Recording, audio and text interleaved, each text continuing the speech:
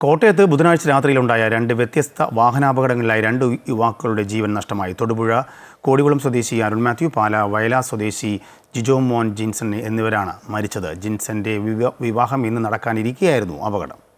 ബുധനാഴ്ച രാത്രിയിൽ കോട്ടയം തെള്ളകത്തും കുറവിലങ്ങാട് കാളിക്കാവിലുമായി ഉണ്ടായ രണ്ട് വാഹനാപകടങ്ങളിൽ രണ്ട് വിലപ്പെട്ട ജീവനുകളാണ് നഷ്ടമായത്. 6:30 MC റോഡിൽ തെള്ളകത്ത് ബുള്ളറ്റ് ബൈക്ക് കാറിലും നിർത്തിയിട്ടിരുന്ന പിക്കപ്പ് വാനിലും ഇടിച്ചായിരുന്നു ആദ്യ അപകടം.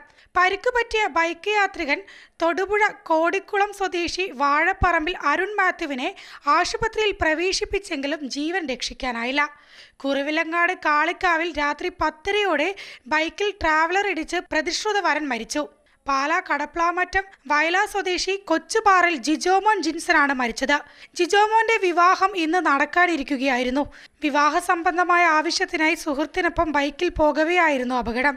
ജിജോമോനൊപ്പം ഉണ്ടായിരുന്ന സുഹൃത്ത് വയലാ സ്വദേശി അജിത്തിനെ ഗുരുതര പരിക്കുകളോടെ ആശുപത്രിയിൽ പ്രവേശിപ്പിച്ചു. സംഭവത്തിൽ കുറവിലങ്ങാട് പോലീസ് കേസെടുത്തു. അമൃത ന്യൂസ്, കോട്ടയം.